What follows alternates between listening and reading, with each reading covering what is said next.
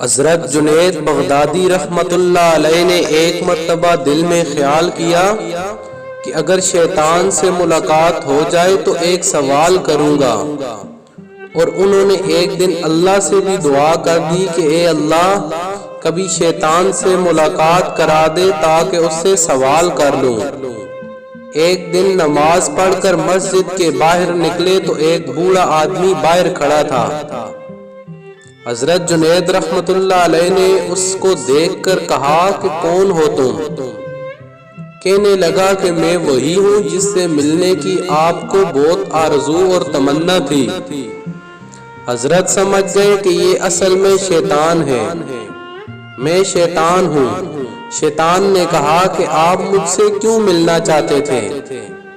حضرت جنید رحمت اللہ علیہ نے کہا کہ میرے ذہن میں تیرے متعلق ایک سوال ہے۔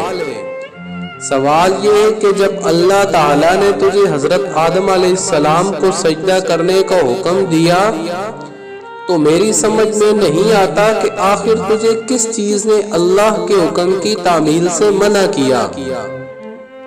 کیوں تو نے سجدہ نہیں کیا؟ کیا اللہ کی عظمت کو تو نہیں جانتا تھا؟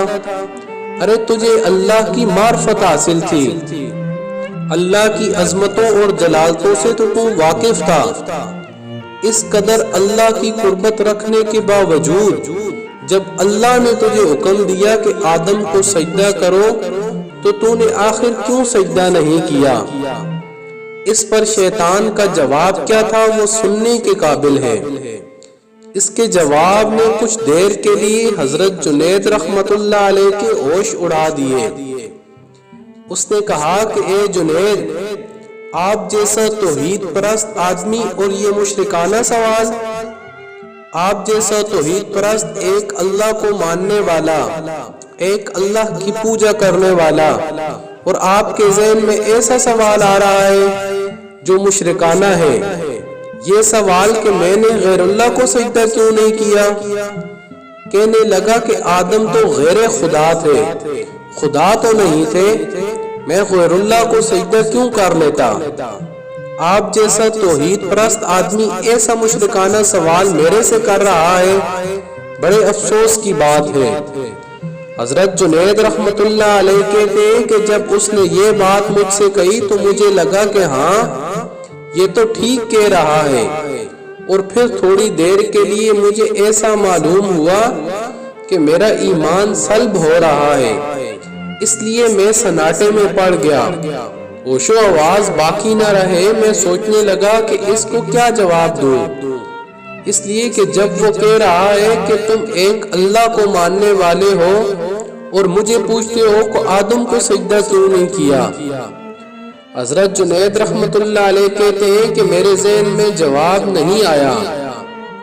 اللہ کی طرف سے الہام ہوا اور مجھ سے کہا گیا کہ اس سے یہ پوچھو کہ حکم دینے والا کون تھا؟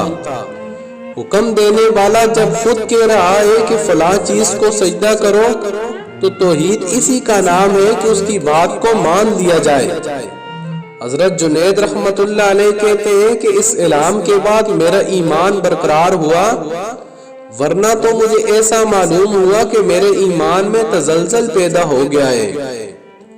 یہ شیطان کی مکاری اور عیاری، نہ ولیوں کو چھوڑا، نہ غوث کتب ابدال کو چھوڑا، نہ انبیاء کرام کو چھوڑا۔ غور کرو کہ شیطان باتوں اور چیزوں کو کس طرح مزین کرتا ہے اور گمراہ کرنے کی کوشش کرتا ہے۔ اس کا ذرا اندازہ اس واقعے سے آپ خود کر لیں۔ اس لیے کبھی بھی شیطان سے بے فکر نہیں ہونا چاہیے۔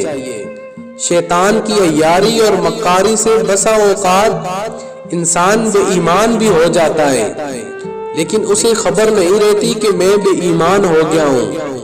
شیطان کفر کو مزین کر دیتا ہے۔ اللہ تعالی ہم سب کو نفس اور شیطان کے ہتھ کنڈوں سے محفوظ رکھے۔ آمین ثم آمین یا رب العالمین۔